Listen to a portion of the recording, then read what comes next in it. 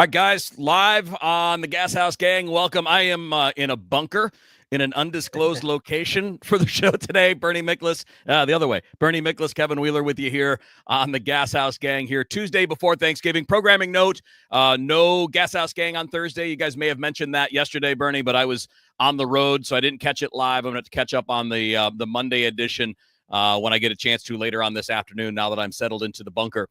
How's things going, man? Everything good? I'm doing good, and I got to say, man, I hope they let you out of the bunker in time to eat some Thanksgiving dinner. So I'm sure you'll escape between now and then. I'm pretty resourceful, Bernie, especially when it comes to Thanksgiving dinner. Pretty resourceful. I'll figure it out. I've got to get me some turkey and stuff and get things rolling. That's right. All right, we got a lot to do, man. I'm doing good, man. It's always stuff to talk about, and we got no shortage of stuff to talk about today here on the Gashouse Gang, which we love doing. Yep. And we're starting to get some comments from our viewers. We're building an audience. We know it would take time because it's something new. And I think the more we do this, the more I like it. And I already loved it. So yeah, it's good to work with you again. All right. Well, obviously, we got a lot going on today. I want to remind everybody, if you ever want to drop in comments, the easiest way, if you're watching on YouTube, is just to put them on there. We see them on our screen. We can pull them up. It's going to be hard to go backwards sometimes. Like if we move on from hockey to baseball, it's kind of hard to go backwards sometimes. But just so you know, if you want to drop them in, or if you ever want to drop them on the KMOX Facebook community, Twitter community that we have, the Gashouse Gang Twitter community, you can just search it, be a part of that. You can drop questions there all the time. We're all checking it at various points, so we can throw those things into the mix. All right, we got a lot of baseball to do today, Bernie, but let's start simple. Let's start with last night and the Blues in Game 1 of the Monty era. That's about how you'd want it to go, I guess, right? No doubt about it. Listen, the worst thing about this team so far up until last night is the offense was just dead. And just amazingly dead is because I think their talent level actually should have produced more offense, even with some injuries. I mean, there's some really good players up front.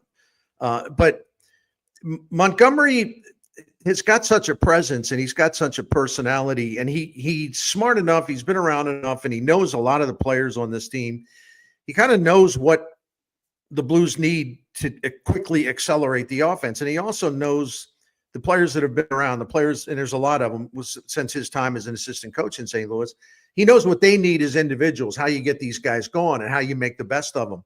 And I know it's one game and there's always the new coach bounce, but I think Montgomery's arrival goes beyond that because he already has a history with a lot of these guys. Yeah, and he knows exactly what this team needs. His learning curve, so to speak, is very small, and I think we saw kind of more of what we all hoped that the Blues' identity will be going forward. They had real presence, real identity, and a very aggressive mindset last night, and I loved it. And they also scored 5 goals. Yeah, doesn't hurt when the puck's going in the back of the net.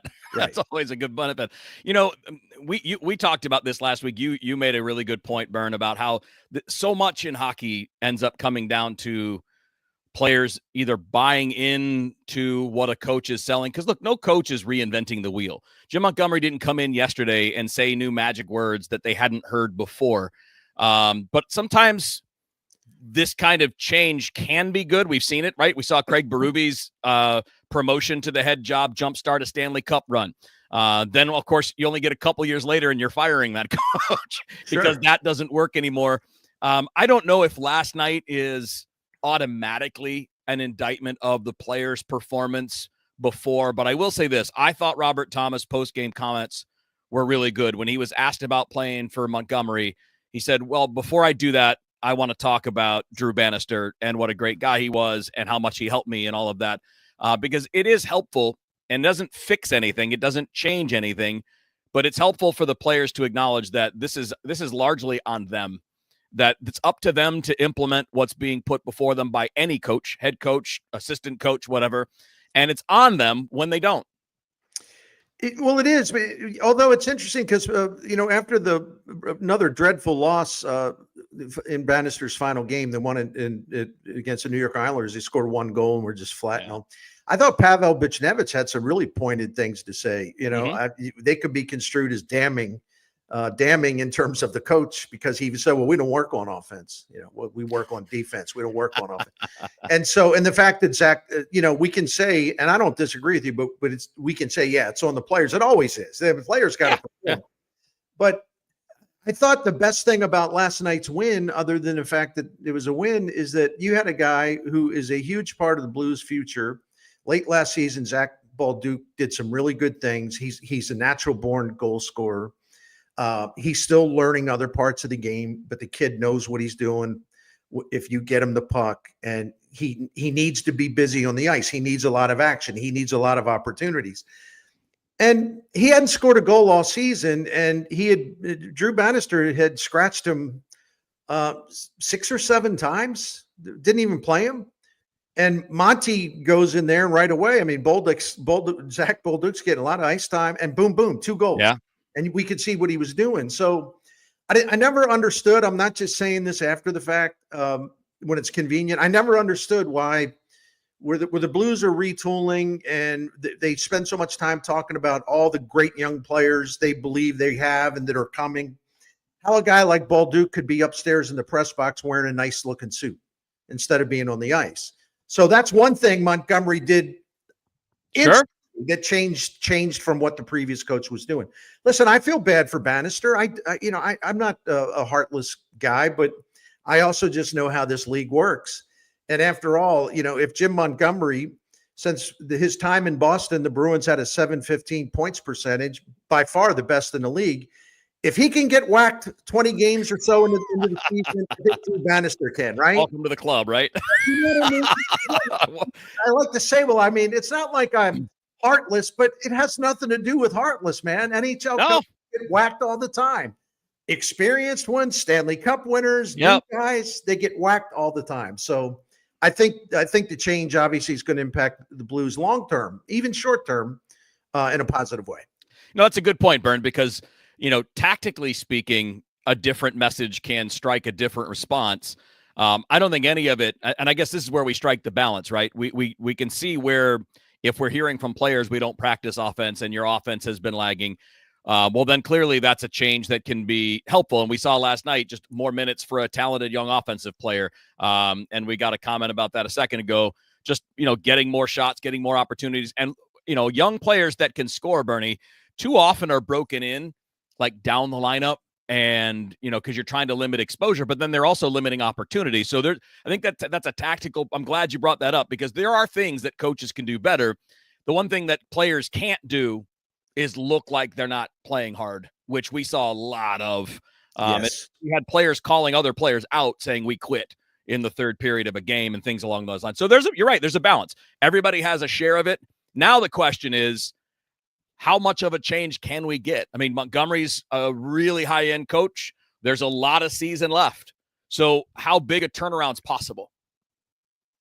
Well, the interesting thing, and by the way, forgive me because I should have checked the NHL standings this morning before we did our Gashouse Gang thing here, and I didn't. But even with the stagnant offense and not a real inspiring club, a pretty boring club, it seemed to be a little bit of a disconnect. They were still, at the time of the firing, let's just put it that way, they were still only 5 points out of a wild card spot. Now, granted, it's three today. It's 3 today. Well, there you go. Yeah. Thank you, buddy. Thank you. So, I mean, that pretty much tells us all we need to know. And granted, there's some other teams right there with them. Right. They would have to jump past several teams. But the point is, this is doable if he can maximize the talent that he has. And I agree the injuries hurt. And I agree that, people always want to bring up Doug Armstrong's roster mistakes. Okay, that's all fair game. Yeah. What I've been trying to say, though, is that even with the injuries to Thomas and Broberg especially, right, and even with acknowledging the mistakes Doug Armstrong has made in constructing this roster still had a lot more talent than what their record and their lethargic performance indicated, right? That's why we were all critical, right? Right. Because we had seen and Montgomery, did you see the thing on YouTube? I would tell any Blues fan who hasn't already seen it, the Blues channel on YouTube is really good because you can catch up on stuff that you might have missed in real time.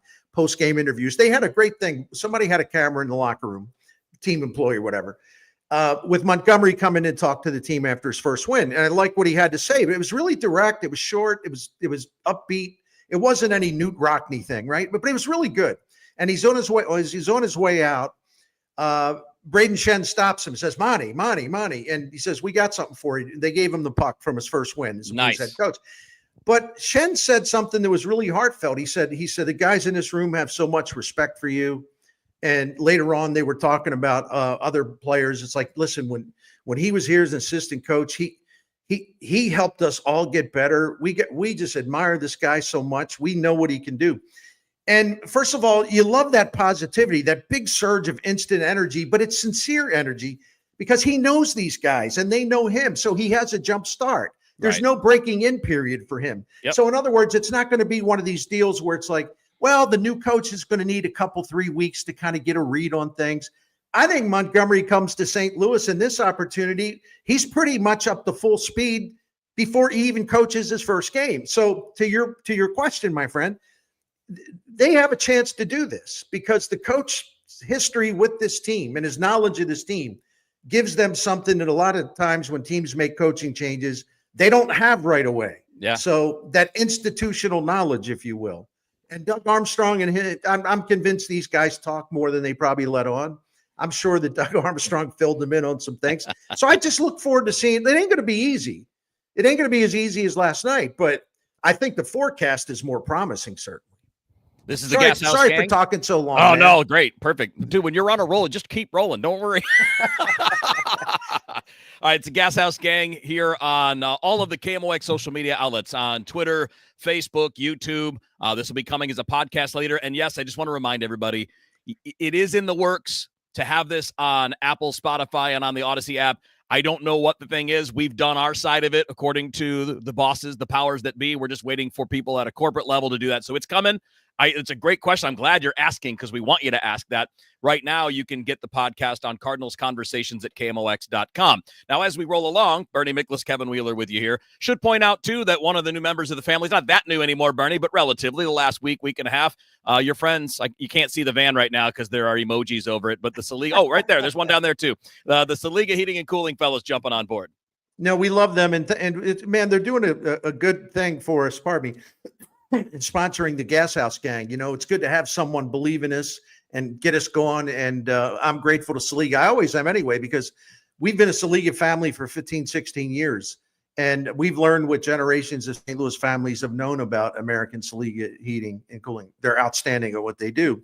And they have the track record that'll tell you that. I mean, 1927, a continuously owned family business, taking care of St. Louis families since 1927. And they're an independent American Standard dealer, which means you get that great top-of-the-line American Standard heating and air conditioning equipment. But you also get great service, prompt service, expert service, knowledge, professionalism, class when they come into your home. Honesty. There's no hustle. There's no upsell. There's no trying to talk into something you really don't need. They will treat you with respect because they want you to become like the Miklas's, a Saliga family. They want you to call them when you have problems. That's how you build relationships. So I give them the highest endorsement I possibly can.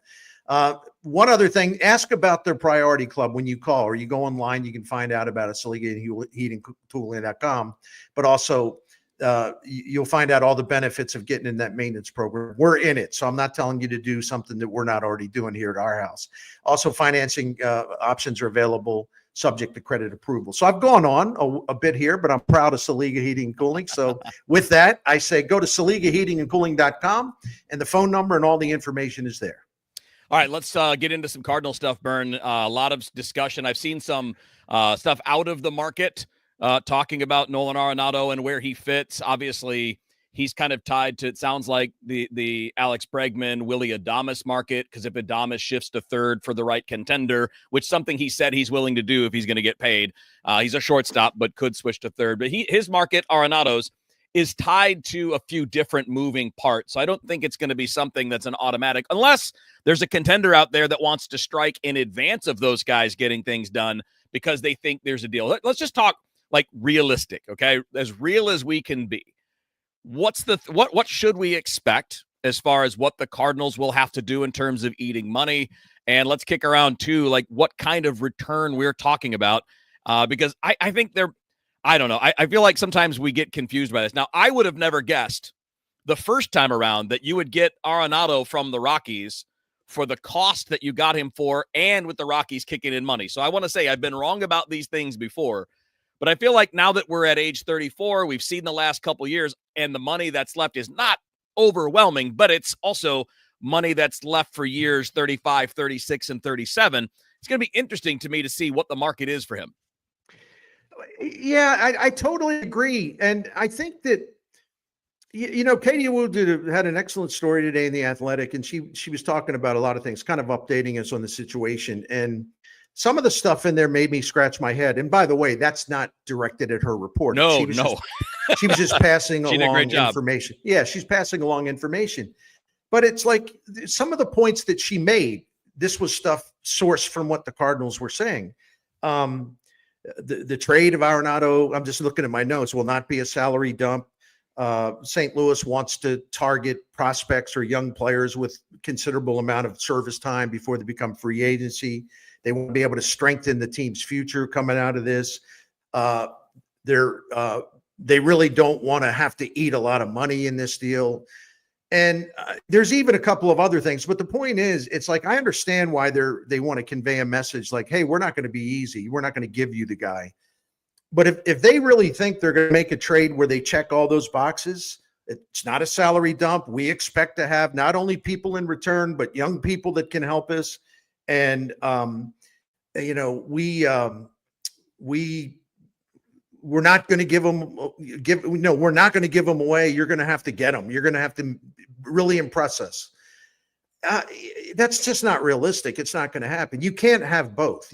And the other thing I left out, because I'm getting lost in my own notes, as I alluded to. Sorry about that. No, it's just like, to get through. No, we don't really want to eat any money either. And you have to give us good young players in return. Right. That sounds really good, but that's unrealistic. That's fantasy baseball. It's not in the real world. It's got to be one or the other. And the thing, you got to ask a question too, at age 34, he's in a 2-year decline. I'm not going to get into numbers. I may do that later on my YouTube channel or something. But the drop over his first 2 years of the Cardinals compared to the last 2 years of the Cardinals, I mean, the decline in numbers is glaring. So the Cardinals have to be realistic if they want to make this trade, if they can get something done, right? They can't expect to have everything they want or close to it. Arenado, for the other hand, the fact that Katie Wu reported he's willing to move to first base for a team that trades for him, well, that tells me maybe Arenado's waking up, because yeah, he has the contractual right to decline any trade, and he doesn't have to go to the Pittsburgh Pirates. He can say no, Right. However, does he he's never won a playoff game here. They haven't made the playoffs 2 years in a row. Time's running out on his career. And if he stays here, if he vetoes trades and he stays here, well, they're probably not going to be in the playoffs next year, this coming season, or 2026.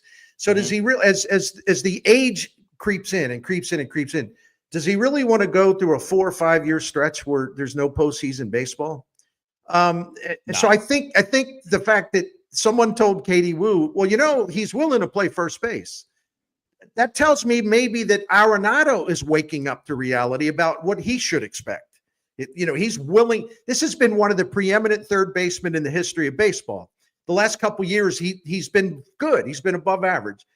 If he's willing to move from that position, putting his pride aside, so to speak, I take that as a good sign in terms of that it'll be easier to get a trade done. I don't know who those teams are, though, man. Yeah, I'm going to throw a couple things in here. One from this comment. Thanks for the comment, Bill. This is right here. That is an entirely fan-generated idea. There are a lot of Boston fans that are like, well, we'll just give them Masataka Yoshida. That'll even out the money. And Cardinals are not taking on an old, unproductive player for the contract to even out the money. We know that.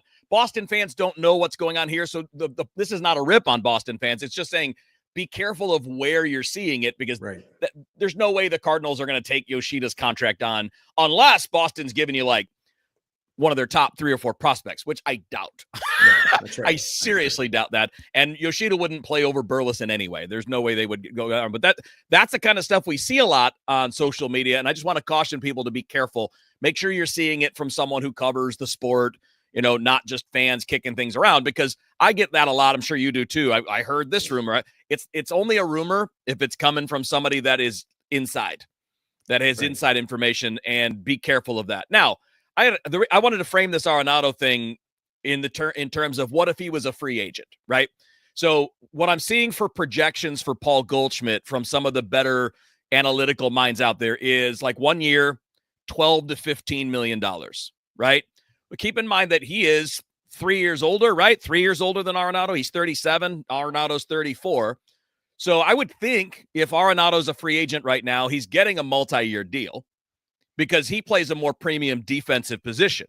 Now, there are some batted ball metrics that definitely favor Goldschmidt. Goldschmidt still hits the ball a lot harder than Arenado does. He still draws more walks than Arenado does. So there are things that could argue in favor, like that Goldschmidt does better. But the fact that he's older and the fact that Arenado is still a Gold Glove finalist as a third baseman rather than a first baseman, I would think he'd be getting probably 2 or 3 years at that number, maybe 2 years at a little higher number. So maybe what the Cardinals have to end up doing, Bernie, is kind of bridging that gap. So if the market says Nolan would be 2 years at 16 a year, that might be what someone else is willing to take on, which it is a decent chunk, but it's not even half of what he's owed. So the point here is if he was a free agent now, he's not getting close to what he's currently due to make. To get anything good, you got to eat something or take less and don't eat as much. Right. It's a sliding scale. I mean, the more money the Cardinals are willing to eat and would eat in this transaction, the more money that they take on, the better the return in the trade. On the other hand, if you're like, nope, we're only going to put $15 million towards the deal. That's it. $12 million. Right? Well, maybe the other team would take that, but they're not going to give you any much in return. Right. And it might be a lottery ticket, some Class A player we don't know about, Right. And we've seen that happen before. So sure. I just think the Cardinals have to be realistic. And the other thing too, and the big point here too, they can keep Arenado if they want. They could also flip him at the trade deadline. But in either one of these scenarios where they keep him and they don't trade him at all, or they keep him and they trade him to the deadline at the deadline. Either way, the one spot, and we've talked about this, the one spot, and the fans know this too, the one spot where you do actually have opportunities for young players to play a lot is third base.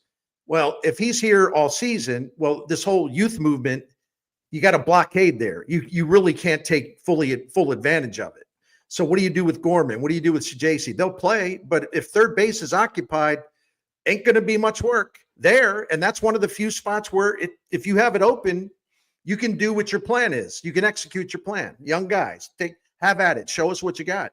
But so even if you would trade him at the deadline, that means 4 months of young players not playing third base. So, this is detrimental to the Cardinals. The thing that John Mozeliak has told us over and over and over and over and over again, this season we're setting it aside. It's about giving young players an opportunity. Mm-hmm. If you hold on to Arenado, well, then much of that goes out the window because there's just really not many spots that are open, right? So I'm with you. I think both sides need to be pragmatic here. Does Arenado really want to be sentenced, if you will, to a couple more years of no postseasons and making it 4 in a row, right? Do the Cardinals really want to market their 2025 season? It's like, we're going to give the young guys a chance, but then they hold on to an aging, declining third baseman. It's contradictory, right? So it's not easy. I'm not sitting here being a poser, acting like this will be an easy thing. That the point is, I think it's very, very difficult to make this trade. So, but the Cardinals are going to have to, have a meeting with themselves where you got to get realistic. And I think, as I said earlier, I think Arenado's got to get realistic too. Bernie Miklasz and Kevin Wheeler with you here on the Gashouse Gang. Let's just follow up the Arenado conversation, Bernie, for just, a couple minutes, because I think it's a fun exercise. Sure. If you keep him, I think it means somebody else has to go. I think it means you have to move Nootbaar or you have to move Donovan. I'm not moving Gorman now because I'm not selling that low on a potential 30 homer infielder who's only 24 years old. I don't want to trade Donovan or Nootbaar, but like you pointed out, there is no opportunity for anybody if you end up deciding you're going to stay, or it ends up that Arenado doesn't want to approve a deal to anybody that you're willing to make the deal with, right? So if you end up getting that in that situation, don't you have to move someone? And is the someone you would move Nootbaar because you're not sure he's going to be on the field? Or is it Donovan because he'll get you a biggest return of any of these guys? Maybe not so much as Gorman, but Gorman is the guy that has the big upside. I'm not sure I want to sell low on that. I wouldn't move any of those guys. I don't know how you work it out, but this is where, when it comes to Arenado, the Cardinals don't have a lot of leverage here. But unless they want a big mess, is what you're describing, to where theoretically keeping him means you have to trade someone you simply do not want to trade right now, then that's even less leverage they have going to the trade market. Yeah. Because then they'd have to do something they simply do not want to do. It's like a double blow. You don't really want him playing third base for you at that money in his age and in his decline. But him playing third base, when it's going to be really, you might not be able to trade him. The double whammy is part two, which is like, well, gosh, maybe we could probably trade Gorman and get something, or we can trade Donovan and get something, or Nootbaar. They don't really want to do that. And I think for them, I really believe, I take a firm stand on this. Gorman's 24 years old, be 25. You got a new hitting coach coming in that I think is more in line with what Gorman needs. And it would just be ludicrous to give up on him unless you get some offer where you're like, can you believe they're offering this? Like in a good way. No, I wouldn't trade him. I think Brendan Donovan's going to be your new team leader. I'd be really reluctant there. Agreed. His versatility and value, because his ability to play 5 positions and play them all at worst average, a couple of them above average. A guy you can hit anywhere in the lineup. I mean, I wouldn't want to trade him. I'm with you. He's one of your proven guys you can count on offensively. I'm not saying he's a superstar. I'm not saying he's Tony Gwynn. No. But the guy's pretty damn good, right? Yeah. And Nootbaar, look, Nootbaar frustrates me more than, as well as a lot of other people, more than a lot of other people, because, again, it isn't, I believe in his talent, but can he play? Will he be able to play 140 games instead of 104 games, But your question that you asked is a really good one, because it just reinforces. Yes. They are in a huge bind here. Yes. And I think they know that. They just don't want to acknowledge that publicly yet. By the way, shout out to Bill Downtown. Yeah. Who's with us. And he's made a few comments. And Bill Downtown's always on my YouTube videos, make comments too. Salute to you, sir. Hi, Bill. Sally Barlow says Arenado's leaving for sure. Mo must go. Let me read a couple more since we're on this. Ben Waltz, thank you, Ben. If Nolan Arenado remains, would the team consider using him in a bench role? Such a move could reduce the physical wear and tear on his aging body while allowing the Cardinals to, quote, play the kids. Ben, I appreciate that, but with all due respect, it may save some wear and tear physically. Not probably. It would lead to a mental breakdown for Nolan Arenado. He would be one of the 4 or 5 unhappiest people on the planet. And then he would also be snarling at the manager and just making it clear he hates everything. So no, I know what you're thinking, man. I'm not trying to ridicule your idea, but just think about it a little more. Arenado's not happy now. And then you say, well, we're going to keep you, but you have to ride the bench. Yeah. That's like setting off a bomb in your clubhouse. Yeah. You might realize the damage that guy could do in the clubhouse under these circumstances. Mm-hmm. So that's not a plausible option. It really is. I will say this. I think that there are some spots that make a lot of sense for Nolan. I think Boston makes a ton of sense, especially because we're hearing all these rumors about wanting to move Devers off of third base, and they want to get better defensively. And if you put Nolan in that lineup, he's probably only going to have to hit 6th. They're not going to need him to occupy a 3 or 4 spot. If he goes to Houston, he's going to hit behind Altuve and Alvarez and Tucker and Yainer Diaz, who's a great hitting catcher, and they're probably going to sign a first baseman too. So, I think there's some really good spots, which is why you just have to figure out the money. And some of it will depend. If Bregman's back in Houston, there's no place in Houston for Nolan Arenado. But if he's back in Houston, that means he's not in Boston. and that means he's not in New York. And there are other places that are looking to shore up their infields, especially on the defensive side, where something can work out. And I think you're right, Bernie. I think you hit it on it in the last segment. But a lot of what we're hearing from the Cardinals end of this now in that reporting from Katie Wu and other places is simply kind of like their best case scenario, right? Like, that's our starting point. This is what we want. I think they're going to have to be realistic enough to know they're not going to get that. There's going to be some kind of middle road kind of compromise on that, and that'll be best for everybody involved. There's no doubt about it. And so I'll sit here today and say this. This has to happen, and I believe that so strongly that, frankly, I don't care what the Cardinals get for him in return. Yeah. They're offloading someone in terms of the salary and in terms of the performance decline and in terms of him blocking the path of what they really want to do, play some guys, young guys, see if Gorman's at third baseman, see if Sajasi's at third baseman.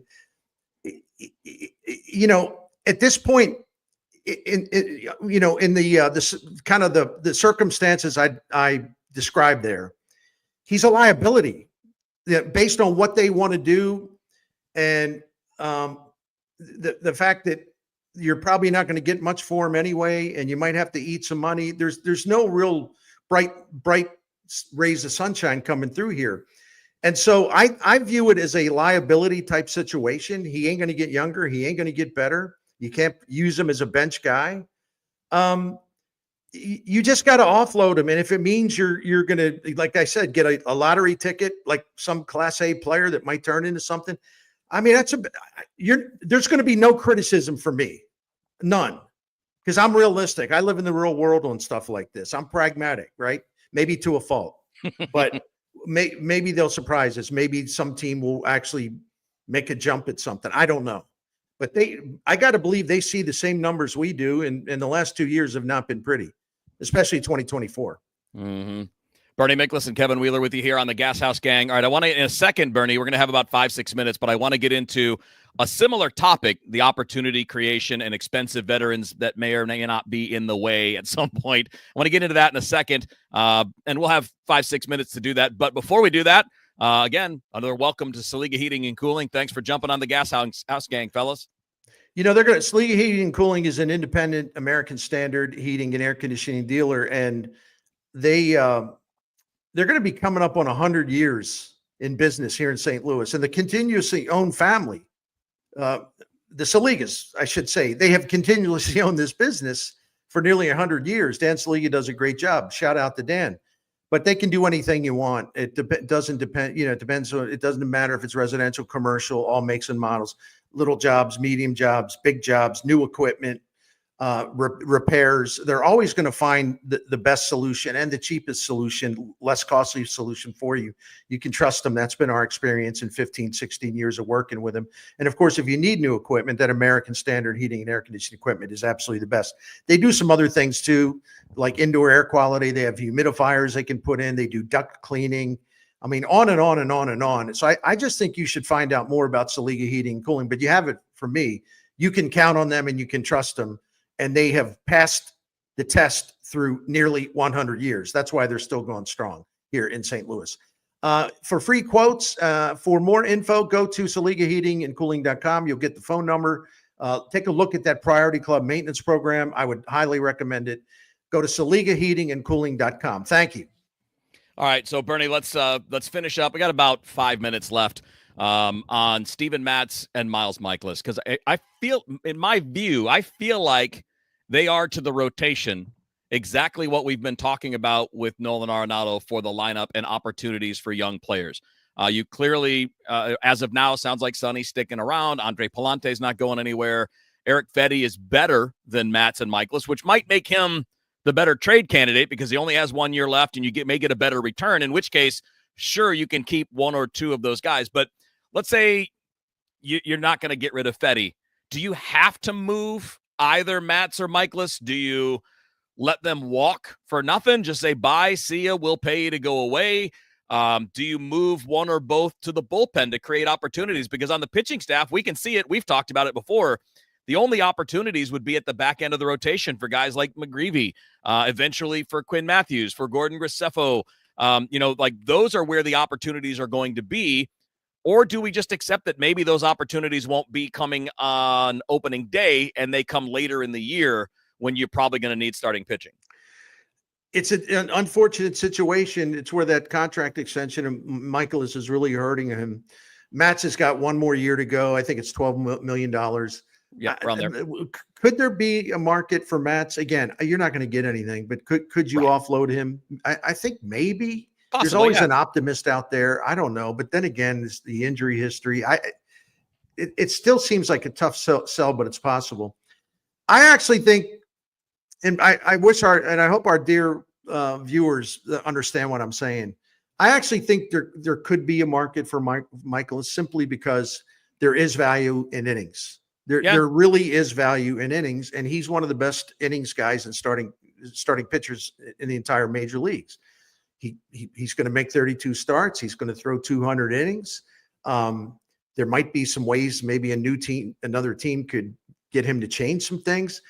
But if you're a contending team and you have like 3 really good starting pitchers, let's say, and you really like what you have, but you think the back end is like, well, geez, how are we going to get enough innings out of the 4th and 5th spots in our rotation? Wow, that's we're leaving ourselves vulnerable there. It's not insane at all to look at Miles Mikolas and see why he would be appealing to a select number of teams that have injury issues. They're worried about guys coming back from missing time with Tommy John, and they need some protection. And the protection, again, we got to live in the real world. The protection is not, well, I got to go out and get that guy that the Cardinals have down in the minors, man, he could be Don Drysdale. That's not the protection they're looking for. They're looking for someone who is a proven innings eaters who will take the ball every 5th day, give you 32 starts, 200 innings. If you have everything else in place, but you are really scared about not being able to cover innings with your rotation, Mikolas does have value, and people don't want to hear that because all they get hung up on is ERA. It's not good. No, he gets up more hits than anybody. This isn't about the quality of his performance. It's about bulk innings, which still have value in Major League Baseball. Yeah, the question is how much of the 18.5 or whatever it is, or is it 16.5? How much do the Cardinals have to eat, right? Because at $10 million, he's got a lot of value. If he was a free agent right now, he would be looking at easy 1 year, $10, $15 million a year. But when you get up to 16.5, 17.5, 18.5, that's where the question is. But we also have to figure this out, and we got about a minute, so we can do it in this time. Go for it. You go for it. He's got a no-trade clause. He has to want to go somewhere. It's the Arenado thing. He's got to be. He's from Jupiter, so he gets to have spring training where he lives, where he's from. I mean, not saying he wouldn't go to a contender. I mean, most guys want to compete. Although our friend Matt Pauly doesn't necessarily get that vibe from Miles, that he may just be happy where he is and being Miles. But either way, that's another level, right? I mean, that's kind of, we'll close on that with about a minute left, but that's kind of the other level, right? All of this is complicated by no trade clauses, whether it's Arenado or Miklasz, and the player has a say in that, which is going to change what you can get in return and how much money you're going to have to eat, because only certain teams will apply to the standards set by each player. I propose a city ordinance, or maybe even a state regulation. No person that runs the Blues hockey operation or Cardinals baseball operation, they are strictly prohibited from handing out no trade clauses. They're by law, and they can be fined, imprisoned, or both if they do. So, yeah, it hasn't worked out too well around here, has it? No, it didn't, and it also but it's funny because that very thing is partly why Alex Pietrangelo ended up walking out the door, and then the mistakes came after that. Right. So I guess if you're going to do it, if you're going to do it, it's got to be the perfect. Although, again, and be honest, the Cardinals didn't give Nolan. I don't want to be unfair. They didn't give him the no trade. That came with the deal from Colorado. Right. But either way, those are the things to navigate. All right, that's going to wrap it up for the Gashouse Gang today. Bernie, happy Thanksgiving, buddy. Happy Thanksgiving to you, my friend. And yeah, I'm sorry. And for everyone that watches us, supports our work, not only just on the Gashouse channel, but, Gashouse Gang, but also just KMOX, all the different shows, all the different platforms. We appreciate you very much. We hope you all have just a blessed Thanksgiving, and by all means overeat. That's what you're supposed to do. At least for one day, right? Yeah. At least for one day. And by the way, before we go, I just want to do I'll do my own personal live for your YouTube channel, Bernie. The Bernie Show on YouTube is phenomenal. We all cover the same teams, right? But on the Bernie Show, you're going to get a lot more depth. We're going about 40 minutes a day. And we jump in and out with topics. And Bernie, you're going 15, 20, 25, 30 minutes sometimes on a single topic. So if people want to double dip, that's the way to double dip. Do both. You don't have to do one or the other. You can do both. Join us here on the Gashouse Gang, and then find the Bernie Show on YouTube as well. If you miss all of this, go to KMOX.com/Cardinals Conversations. All of the Gashouse Gang episodes are there if you want a podcast. Obviously, tomorrow will be Tom and Matt. And then on Friday, Bernie and Matt got us taken care of. No show on Thanksgiving. All right, Bern, have yourself a good one. Everybody tuning in, thank you guys so much. We appreciate it. This has been the Gashouse Gang.